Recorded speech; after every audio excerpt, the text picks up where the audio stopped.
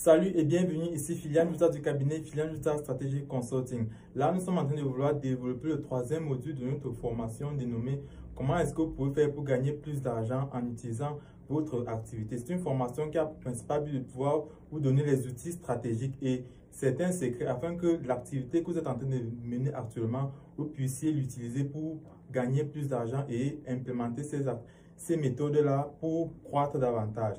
Alors là, nous sommes en train de vouloir développer le troisième module de cette formation qui consiste à vous montrer comment est-ce que vous pouvez utiliser des compétences en marketing et en vente pour pouvoir croître votre activité. Alors, une chose que vous devez savoir, c'est que pour pouvoir avoir des compétences en marketing et en vente, la première des choses, c'est de pouvoir savoir votre marché. Vous devez savoir dans quelle activité est-ce que vous êtes en train de travailler, c'est-à-dire analyser la concurrence, chercher les nouvelles tendances et voir ce que les autres font, vous en inspirer, comme je l'avais dit dans la précédente vidéo, afin de pouvoir savoir comment est-ce que vous pouvez ajuster les stratégies de vos concurrents pour pouvoir innover dans ce que vous êtes en train de faire.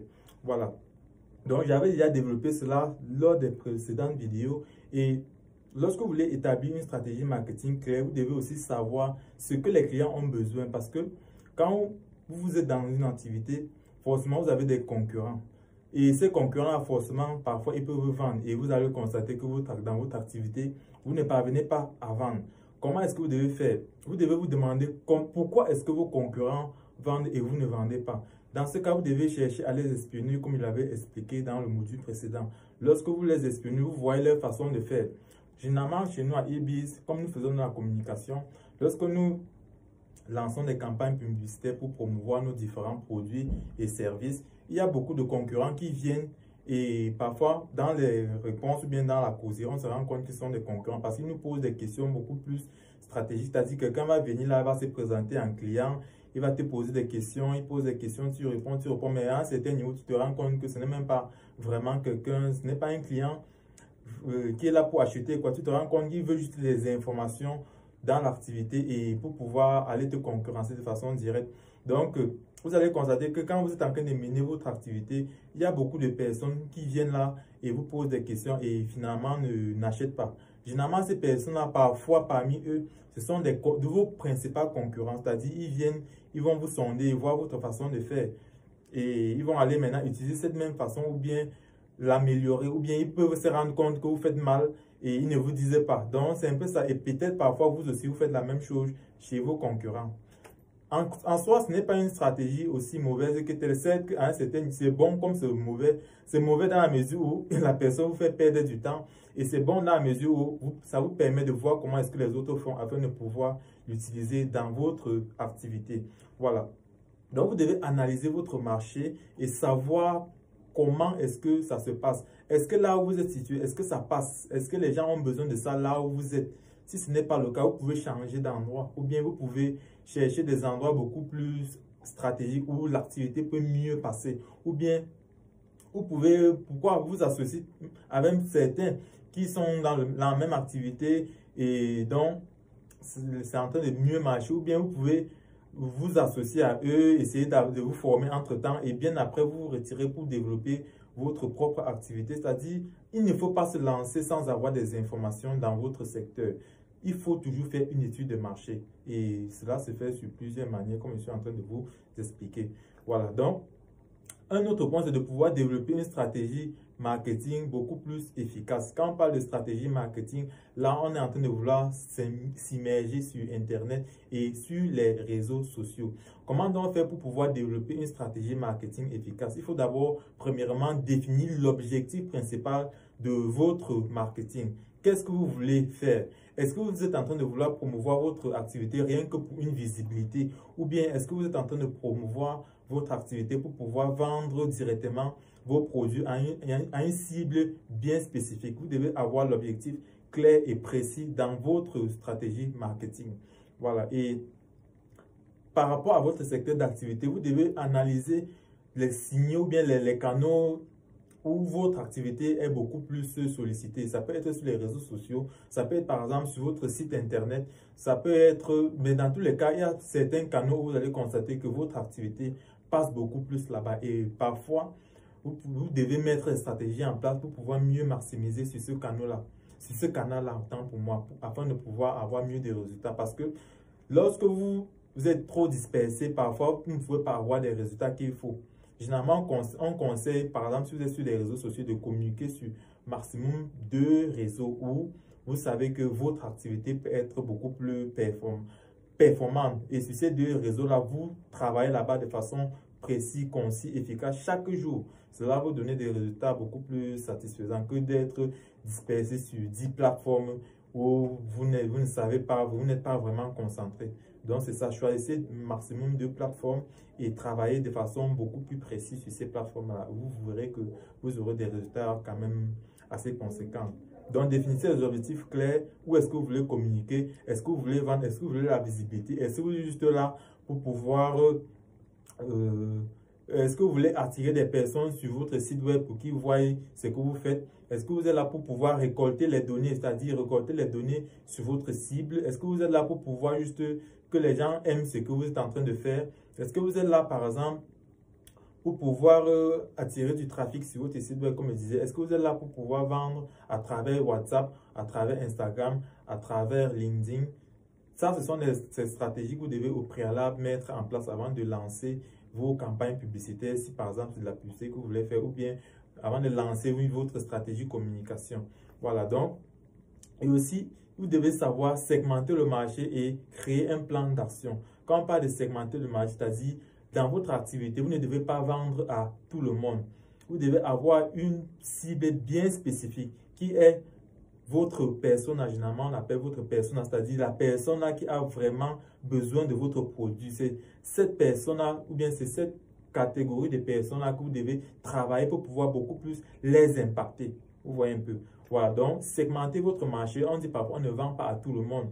Vous allez voir que les grandes marques de véhicules comme les Ferrari, il y a plus de les Rolls-Royce. Vous allez voir que ce sont les marques de véhicules qui ne font jamais, presque pas de publicité. Mais ce sont des marques qui se font énormément d'argent. Et ça, c'est grâce à ils ont une certaine cible bien nantie, c'est-à-dire qui ont assez quand même de moyens financiers et qui sont capables de pouvoir s'en procurer. Et vous ne verrez jamais ces marques-là faire de la publicité un peu de partout dans les réseaux ou bien dans les télévisions. C'est très rare, très rare. Ils ont une façon de communiquer beaucoup plus spécifique. Vous allez voir qu'une marque, par exemple, comme Rolex, et ils savent que leur public, ce sont des gens qui ont beaucoup plus d'argent. Et vous allez voir que c'est beaucoup plus les basketteurs, non pas les basketteurs, ceux qui font du tennis, qui sont beaucoup plus visés. C'est-à-dire, ils vont chercher des influenceurs, bien des personnalités bien reconnues dans le tennis. Et parfois, ils vont avoir des contrats avec eux, ils vont porter ces montres-là. Et lorsqu'ils sont, par exemple, en déplacement, c'est visible. Et quand c'est visible, ça permet donc à une masse beaucoup plus globale de pouvoir savoir que, waouh, ça, c'est une marque qui existe. Ça, c'est une nouvelle montre qui a été créée. Et c'est comme ça que ça peut augmenter leur vente. Vous voyez un peu, c'est-à-dire en fonction de ce que vous vendez, vous devez avoir une cible bien spécifique. On ne vend pas à tout le monde. On vend à une catégorie de personnes bien spécifiques. Vous voyez un peu, voilà. Donc, c'est pour ça que vous allez constater que le truc, tous les produits, par exemple, il y a des produits spécifiques pour les femmes enceintes, des produits spécifiques pour des personnes qui sont malades. Donc, chaque produit a une cible bien spécifique et c'est sur cette cible-là que vous devez établir votre stratégie de communication. Vous voyez, voilà. Donc, c'est ça. Et lorsque vous avez déjà segmenté votre marché, vous devez créer un plan d'action efficace, c'est-à-dire qu'est-ce qu'il faut faire. Par exemple, sur les réseaux sociaux, il y a ce qu'on appelle le calendrier éditorial, c'est-à-dire vous devez établir une liste, je peux dire quoi, une programmation de tous les contenus que vous allez publier sur vos différents réseaux sociaux qui ont un lien ou bien qui auront un lien direct avec ce que vous voulez proposer ou bien vous voulez vendre. Voilà, donc vous allez établir dans ce calendrier éditorial là, ou bien parfois il y a aussi le Grants que vous devez aussi mettre en place pour pouvoir établir votre communication de façon beaucoup plus spécifique. Voilà. Donc, mettez en place des actions. Ça peut être de la publicité, que vous mettez un budget publicitaire pour communiquer, par exemple, sur Facebook, sur Instagram, sur LinkedIn. Vous mettez un budget spécifique pour communiquer. Parce que si les gens ne savent pas ce que vous êtes en train de proposer, vous ne pouvez pas vous faire du chiffre. Beaucoup de personnes pensent qu'ils vont lancer une activité, ils ne vont pas faire de marketing et ils vont vendre. Non, c'est faux. Aujourd'hui, avec Internet, si vous ne faites pas de publicité, surtout si vous n'avez pas une certaine audience assez élevée, si vous ne faites pas de la publicité, vous aurez du mal à pouvoir vendre ce que vous êtes en train de proposer. Donc, la publicité à un certain niveau est très importante parce que lorsque vous n'avez pas assez d'audience, lorsque vous n'avez pas une audience très élevée qui interagit avec vous et qui est beaucoup réactive dans vos différents réseaux sociaux, vous êtes obligé d'utiliser de la publicité. Voilà. Bâtir une audience, ça prend du temps. Et généralement, si vous voulez gagner de l'argent de façon beaucoup plus rapide et sans trop perdre de temps, généralement, vous devez utiliser la publicité. C'est impératif. Voilà. Donc, c'est ça. Le prochain point consiste à la création de contenu marketing. Donc, quand on parle de contenu marketing, c'est-à-dire, je l'ai un peu développé premièrement, ça va être de vos publications, ça peut être des textes, ça peut être des vidéos, ça peut être des podcasts, ça peut être même des blogs dans lesquels vous communiquez, ça peut être tous vos réseaux sociaux, tous vos articles de blogs, des vidéos, des podcasts, tous vos réseaux sociaux. Vous devez avoir des contenus que vous publiez dessus. C'est-à-dire, vous devez avoir une chaîne YouTube, vous devez avoir des pages Facebook ou bien des chaînes YouTube, vous devez avoir un compte LinkedIn professionnel, vous devez avoir un compte TikTok qui est fonctionnel et dans lequel tous ces réseaux, vous publiez du contenu. Voilà. Bon, j'ai bien dit, à un certain niveau, il ne faut pas trop se dispatcher, mais vous devez quand même être présent sur ces réseaux. Mais ciblez même 2 réseaux dans lesquels vous serez beaucoup plus très réactif, bien très présent pour pouvoir mieux canaliser votre stratégie de communication. Voilà, donc utilisez des podcasts, des articles, des blogs. Faites des blogs et communiquez sur ce que vous êtes en train de proposer. Bon, généralement, parfois, certains préfèrent des sites internet pour pouvoir beaucoup plus présenter ce qu'ils sont en train de faire. D'autres peuvent utiliser des blogs. Bon, généralement, le blog est un peu beaucoup plus réduit parce que ça présente juste, ça peut être des articles que vous présentez à l'intérieur. Pourtant, le site internet parfois est beaucoup plus grand et ça peut aussi englober le blog. Ça va dépendre de votre stratégie de communication. Vous pouvez utiliser des blogs ou un site internet pour pouvoir créer du contenu, communiquer sur ce que vous êtes en train de faire pour toucher une grande quantité de personnes. Voilà. Donc, c'est ça. À un certain niveau, vous devez utiliser des réseaux sociaux pour promouvoir vos produits et services, comme je suis en train de le dire. Internet, Facebook, LinkedIn, tous les réseaux que vous connaissez et qui ont une certaine portée à l'échelle mondiale. Voilà. Et créer du contenu, gérer des communautés et faire de la publicité. Quand vous êtes sur les réseaux sociaux, le but, c'est de pouvoir aussi créer des communautés. Ça peut être vos followers sur votre page, parce que vos followers, c'est une communauté que vous êtes en train de bâtir. À cet effet-là, lorsque votre audience grandit, vos followers augmentent, les likes augmentent et ceux qui vous suivent de façon quotidienne ne font qu'augmenter. À cet effet, par exemple, sur Facebook, vous pouvez créer par exemple des groupes Facebook dans lesquels vous allez encore dématérialiser aussi votre communication pour toucher encore plus de personnes. Ou bien, parce que dans les groupes, généralement, vous donnez l'opportunité à plus, ça peut être des groupes publics ou privés. Par exemple, dans les groupes publics, généralement, vous avez votre communauté a la possibilité de publier aussi de façon beaucoup plus régulière. Quand c'est un groupe privé, parfois, certains administrateurs définissent, je peux dire quoi, certaines restrictions concernant ceux qui sont présents dans le groupe. Mais en fonction du groupe et en fonction de la stratégie, vous savez ce que vous pouvez faire. Mais sachez que créer des communautés est très bénéfique pour votre activité. Voilà. Voilà. Et un autre point que je voulais aussi développer, c'est de pouvoir faire la publicité. J'ai parlé de ça. Lorsque vous êtes sur Internet, vous ne pouvez pas vendre si vous ne faites pas de la publicité. Les plateformes comme LinkedIn, il y a de la publicité là-bas. Sauf que sur LinkedIn, la publicité est un peu élevée. Là-bas, au moins, c'est à partir de 10 $ la journée. Pourtant, sur Facebook, à partir de 1 $ la journée, vous pouvez faire de la publicité. Sur Instagram, à partir de 2 $ la journée, vous pouvez faire de la publicité. Voilà, je profite aussi pour rappeler que nous avons une agence de communication dénommée EB Digital Group dans laquelle nous offrons des services de visibilité des entreprises en ligne pour pouvoir promouvoir que ce soit votre visibilité, votre notoriété et la croissance de votre chiffre d'affaires en termes de vente. Voilà, donc si vous avez besoin de cela, on peut sponsoriser vos publications pour pouvoir vous rapporter du trafic dans vos différents canaux. Ça peut être sur WhatsApp, ça peut être sur Instagram, ça peut être sur Messenger. Mais dans tous les cas, en fonction de la stratégie qu'on mettra en place, ça va vous permettre de pouvoir avoir plus de leads. Quand il parle de leads là, il parle de prospects potentiels qui pourront par la suite, avec une bonne manœuvre, acheter vos produits ou services. Voilà. Donc, si ça fait de la publicité, même sur Google Ads, vous pouvez faire de la publicité sur Google et suivre aussi les statistiques de l'évolution de cette publicité-là. Par exemple, sur Google Analytics. Sur Facebook, vous pouvez suivre vos statistiques dans le gestionnaire de publicité. Et sur LinkedIn, vous avez aussi les statistiques qui peuvent être, vous pouvez lancer des publicités là-bas et suivre aussi l'évolution et les statistiques de vos différentes publicités. Voilà. Donc, c'est ça. L'autre point consiste à mesurer et à analyser vos résultats.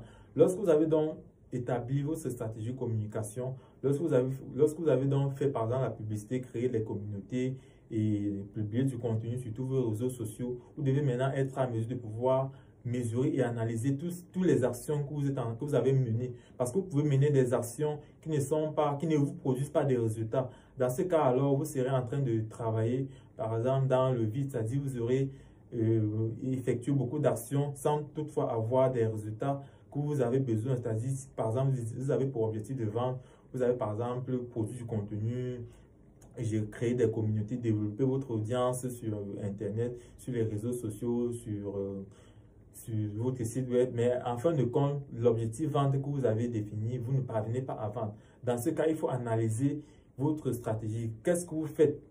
Quelles sont les différentes publications que vous faites? Quel est le type de contenu que vous publiez sur vos différents canaux? Est-ce que ces contenus-là sont en adéquation avec ce que vous proposez? Vous voyez?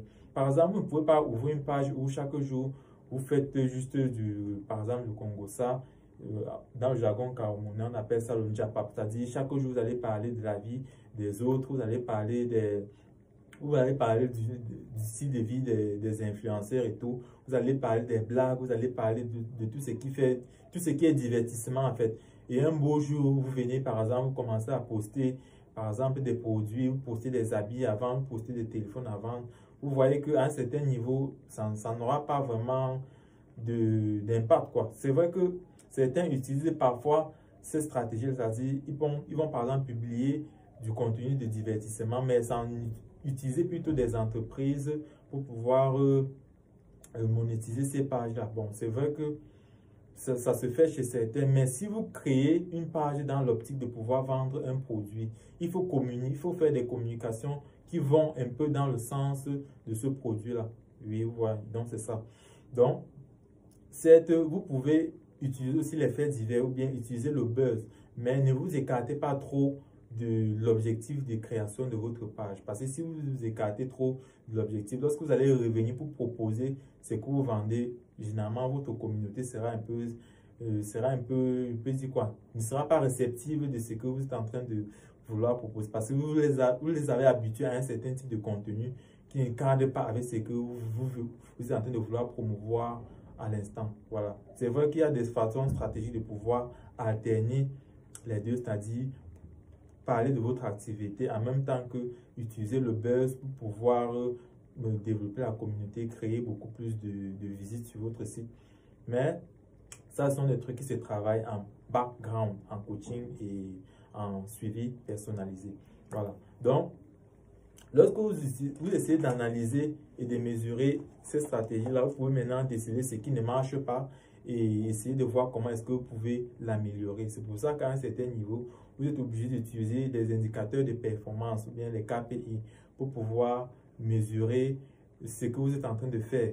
Voilà, donc c'est ça. Quand on parle par exemple de KPI, ce sont des indicateurs qui vous permettent de voir effectivement, est-ce que les actions que vous proposez ou bien que vous menez sur vos différents canaux de communication, est-ce que ça vous permet de pouvoir atteindre vos différents objectifs, que ce soit la vente, que ce soit la visibilité, est-ce que ça vous permet d'atteindre vos objectifs que vous vous êtes fixés depuis le départ.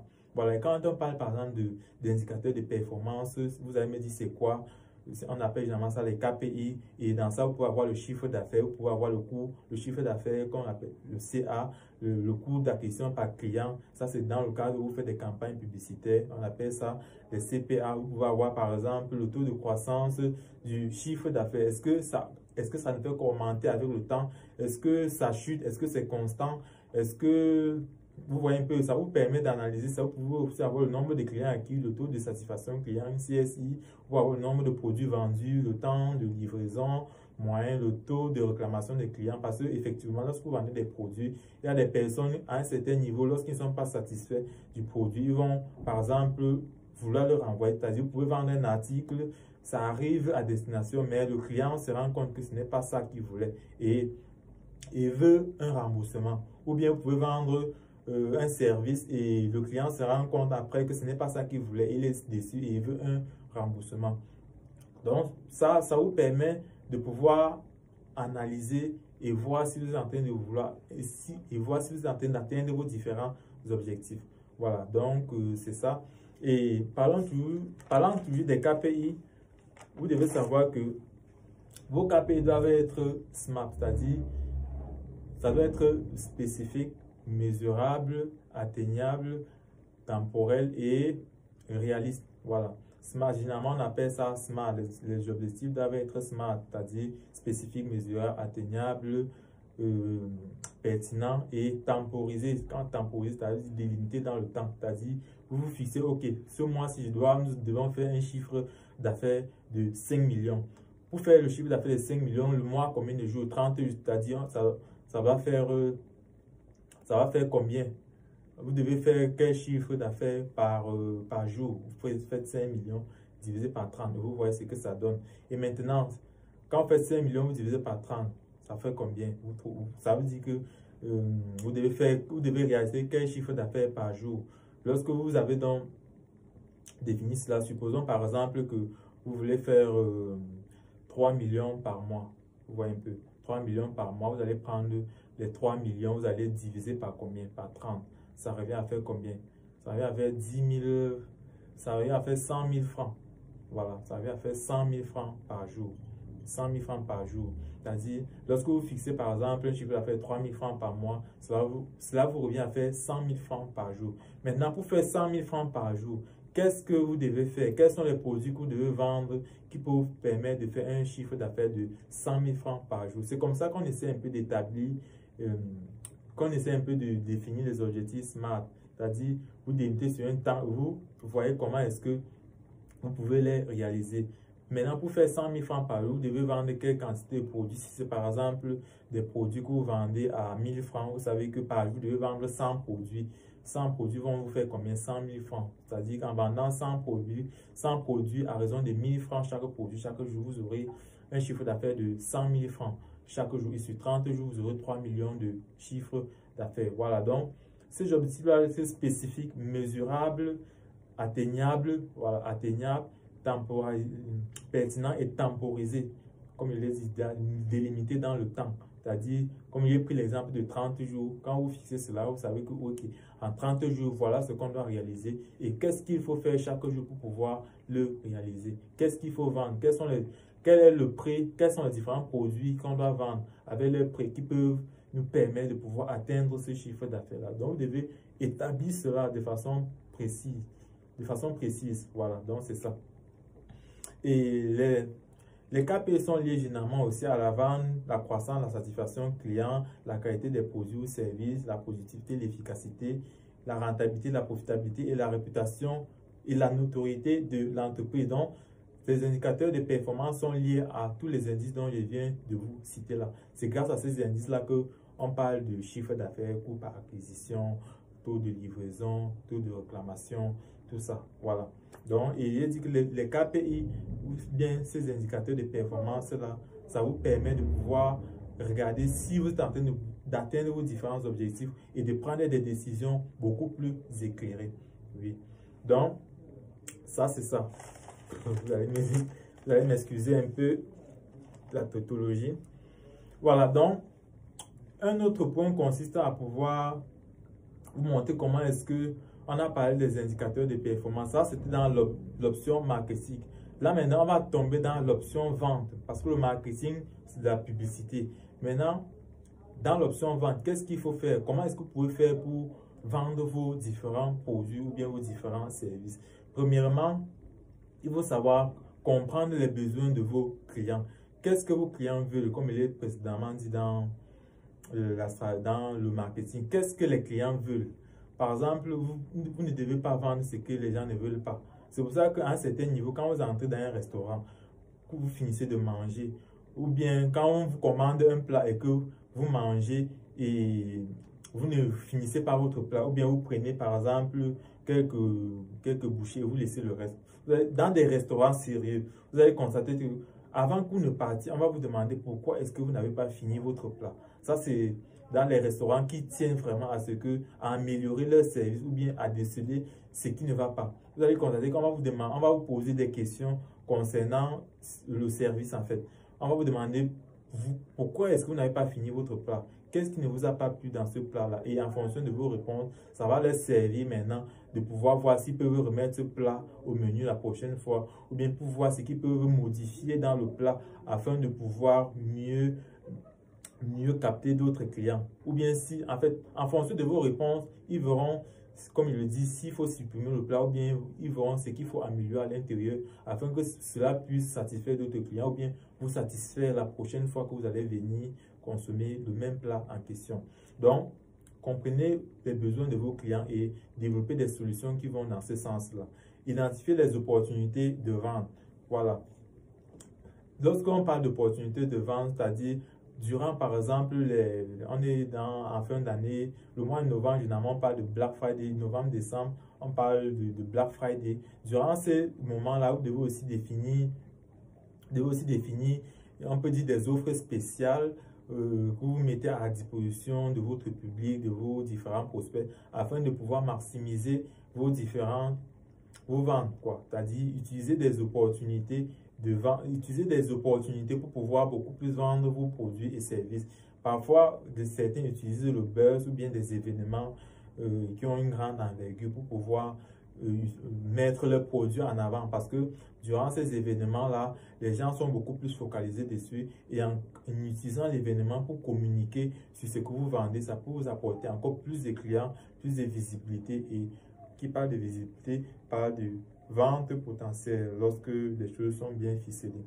Voilà. Donc, là aussi, l'autre point, c'est de pouvoir développer une stratégie de vente efficace. Quand on parle de stratégie de vente, on va montrer comment est-ce que vous pouvez utiliser des méthodes de vente beaucoup plus globales, comme la méthode PAS, la méthode AIDA, la méthode PAS, c'est-à-dire le problème, agiter le problème et donner une solution. Voilà, comment est-ce que vous pouvez utiliser ça dans votre stratégie de vente pour pouvoir mieux convertir vos clients. Donc, ce sont des choses que vous devez apprendre pour pouvoir écrire par exemple des tests de vente ou bien faire des vidéos de présentation de produits. C'est-à-dire au départ, si c'est par exemple la méthode PAS, vous devez situer le problème, vous devez agiter le problème, c'est-à-dire donner tous les contours du problème et enfin vous proposer une solution à l'audience afin qu'ils puissent acheter votre solution pour résoudre le problème qu'ils ont en eux. Voilà. Donc c'est ça, il y a la méthode AIDA, attention, intérêt, désir, action. Donc ce sont des méthodes qu'on peut encore beaucoup plus développer lors des coachings personnalisés.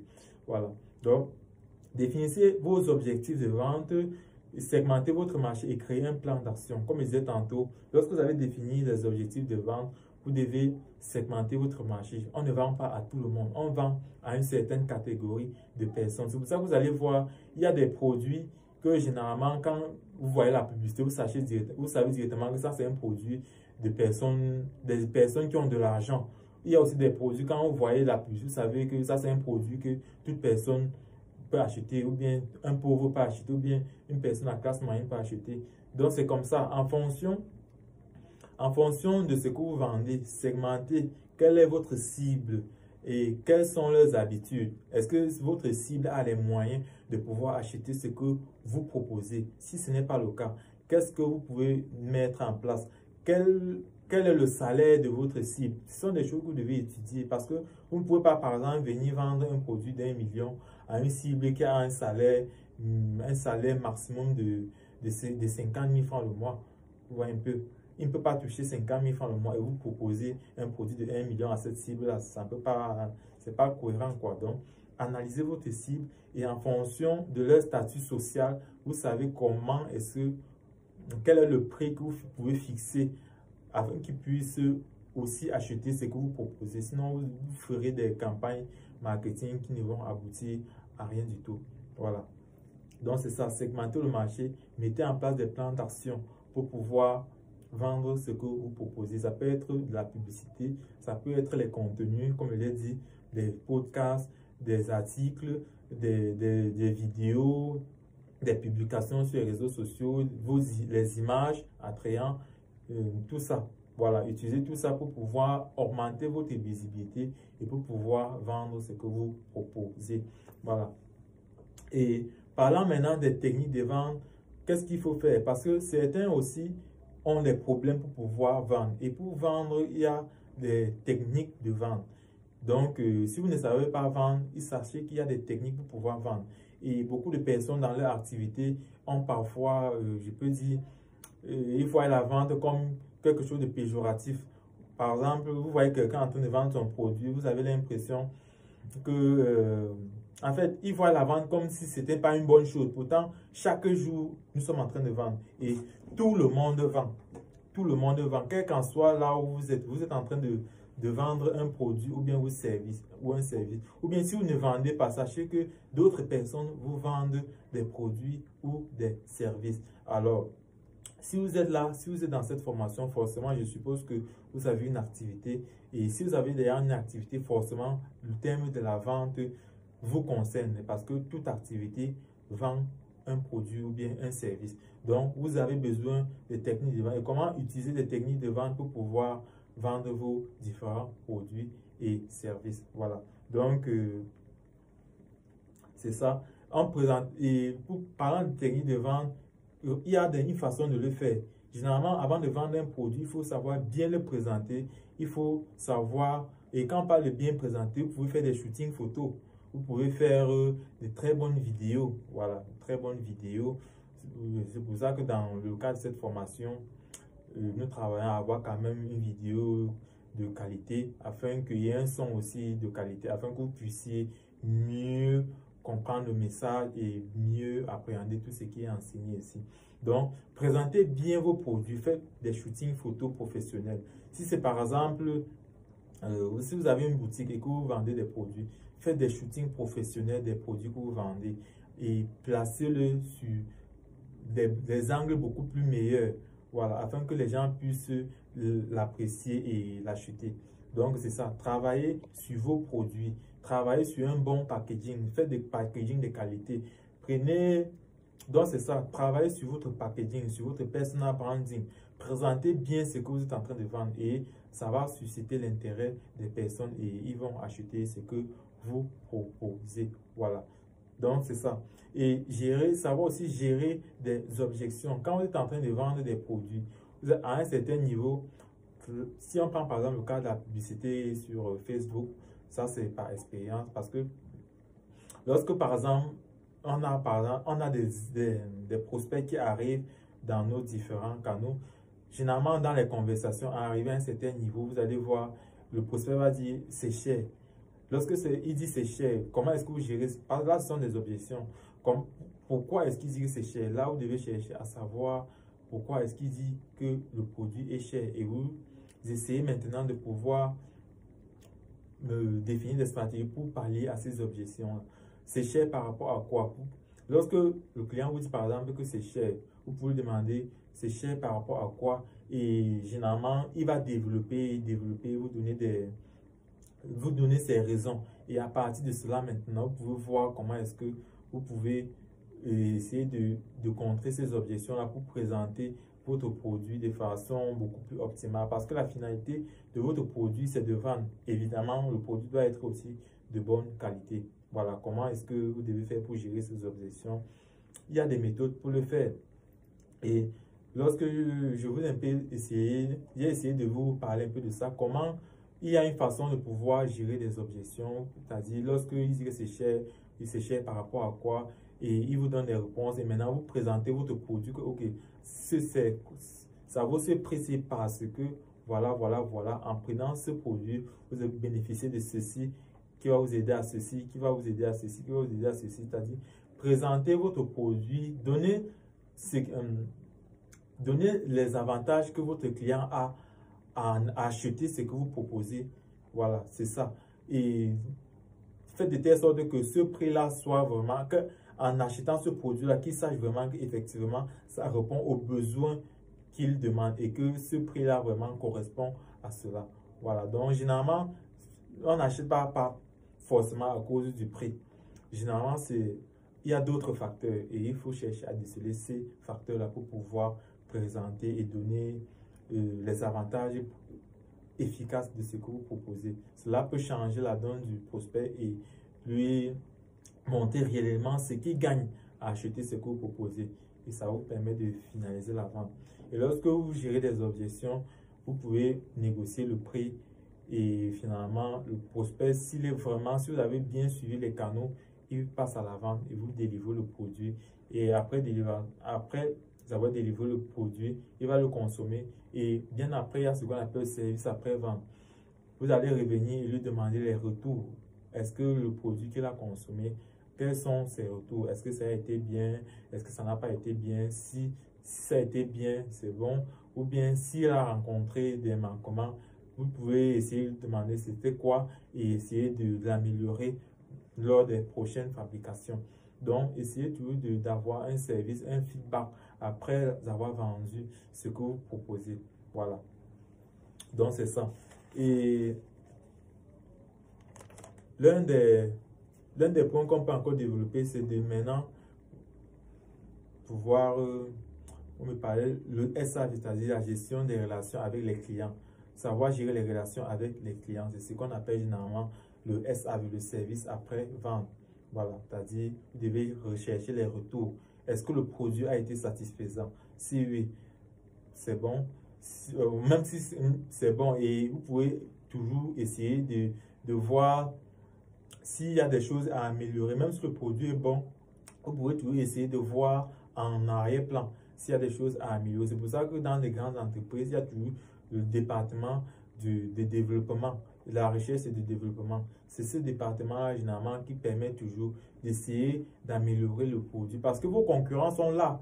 Et si vous n'essayez pas d'améliorer ce que vous faites, les autres vont venir faire mieux et vous arracher vos différents clients. Donc, c'est pour ça qu'il faut gérer le service après-vente.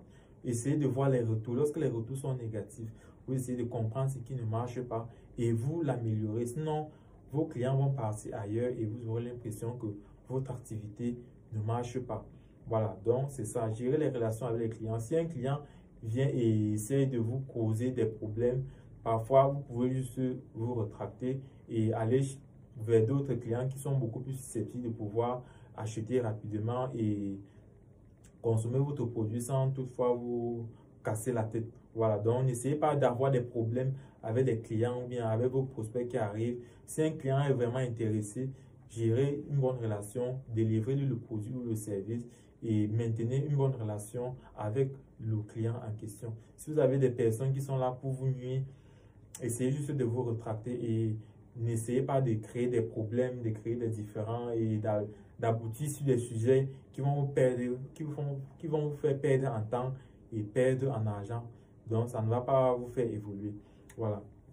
Et lorsque vous êtes en train de gérer le service après-vente, rassurez-vous toujours que vous êtes en train de créer de la valeur ajoutée. Sachez que lorsque vous vendez un produit, c'est pour répondre à un besoin. Et ce besoin-là répond à un problème bien spécifique que la personne rencontre. Donc, rassurez-vous que ce produit-là répond. Par exemple, je suis habillé, j'ai porté une veste. Vous voyez que ça répond à un problème bien spécifique. On doit se vêtir. J'ai une chaussure. On doit s'habiller. C'est-à-dire, ça répond à un produit, à un besoin que moi je recherche. Voici par exemple l'éclairage que j'ai acheté. Ça répond à un besoin. Ça me filme, ça me éclaire la vidéo. Vous voyez, donc votre produit doit répondre à un besoin spécifique. Parce que si ça ne répond pas à ce besoin-là, vous pouvez avoir des réclamations. C'est-à-dire, les gens peuvent vouloir que vous remboursiez leur argent ou bien C'est ça, généralement, ce sont les réclamations que les gens redemandent. Voilà, donc c'est ça. Rassurez-vous que vous apportez de la valeur ajoutée et gérez les réclamations et fidélisez vos clients. Lorsque les gens, par exemple, viennent réclamer euh, de l'argent ou bien réclamer leur dû à un mauvais service, parfois, il y a des façons pour pouvoir gérer les réclamations. Parfois, vous pouvez développer un service beaucoup plus optimal et vous le donner à la personne. Ou bien, si vous ne pouvez pas, vous pouvez rembourser la personne pour pouvoir éviter des contentieux qui peuvent vous amener en justice ou bien décrédibiliser ce que vous êtes en train de faire. Pardon. Voilà, donc, gérer vos réclamations. S'il faut rembourser, rembourser. S'il faut améliorer le service ou le produit et donner au client, faites-le. Même si ça doit prendre le temps, faites-le et donnez à la personne dans les termes que vous aurez conclus avec le client ou le prospect en question. Et essayez de fidéliser vos clients. Pour fidéliser, vous pouvez par exemple donner des bonus ou bien faire des offres spéciales aux clients qui ont l'habitude de vous faire de la recette. Ça peut être des rabais, ça peut être des cadeaux, ça peut être un suivi personnalisé gratuit. Par exemple, moi, si vous êtes un client qui bénéficie de mes coachings, vous aurez des séances de coaching gratuits, c'est-à-dire vous pouvez avoir une difficulté dans le cadre de vos activités. Vous venez soumettre et je vous le réponds gratuitement sans toutefois vous demander de payer l'assistance et tout. Voilà, donc à votre niveau aussi, vous devez le faire généralement chez vos clients réguliers, c'est-à-dire faites des rabais, faites des cadeaux. Vous allez voir que beaucoup d'entreprises le font. Et pensent que vous-même aussi, vous avez déjà reçu par exemple un cadeau d'une entreprise dans laquelle vous avez l'habitude de faire beaucoup de la recette.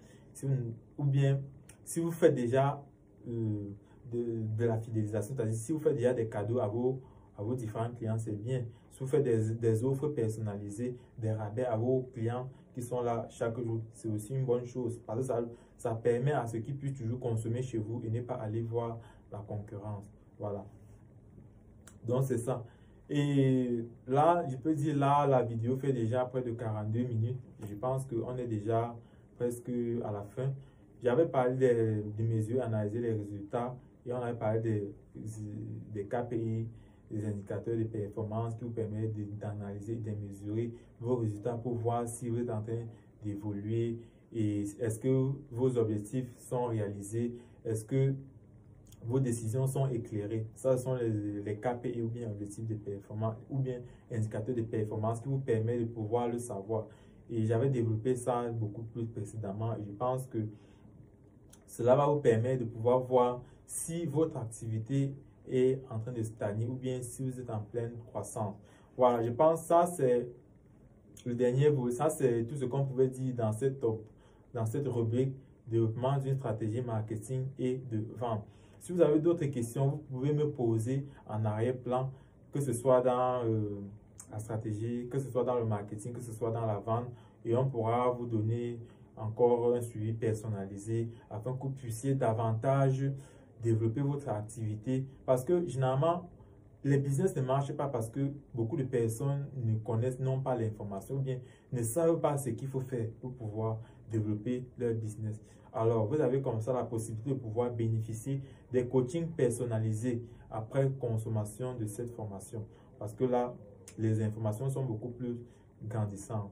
Voilà, maintenant, si vous avez d'autres questions, vous pouvez venir en coaching personnalisé et on va davantage en discuter et vous donner d'autres informations dans le cadre de votre activité précisément. Parce que tout le monde n'a pas la même activité. Dans votre activité, vous pouvez avoir des difficultés beaucoup plus spécifiques. Et maintenant, c'est à partir de votre suivi personnalisé qu'on peut voir qu'est-ce qu'il faut implémenter. Parce qu'on ne peut pas donner une même méthode à tout le monde. Toutes les activités ne se ressemblent pas. Voilà. Mais en fonction de chaque activité, on peut voir ce qu'on peut donner pour améliorer vos différents résultats. Voilà, donc c'est ça. C'est tout ce qu'on pouvait dire dans cette rubrique. Ça, c'est le module 3 et je disais que c'est gratuit. Bon, ça va dépendre de la tendance des choses parce que normalement, il dit la formation a 10 modules et les 3 premiers modules sont gratuits. Ça, c'est le 3e module qui est le développement d'une stratégie marketing et de vente, bien développement des compétences en vente, en marketing et en vente. Voilà.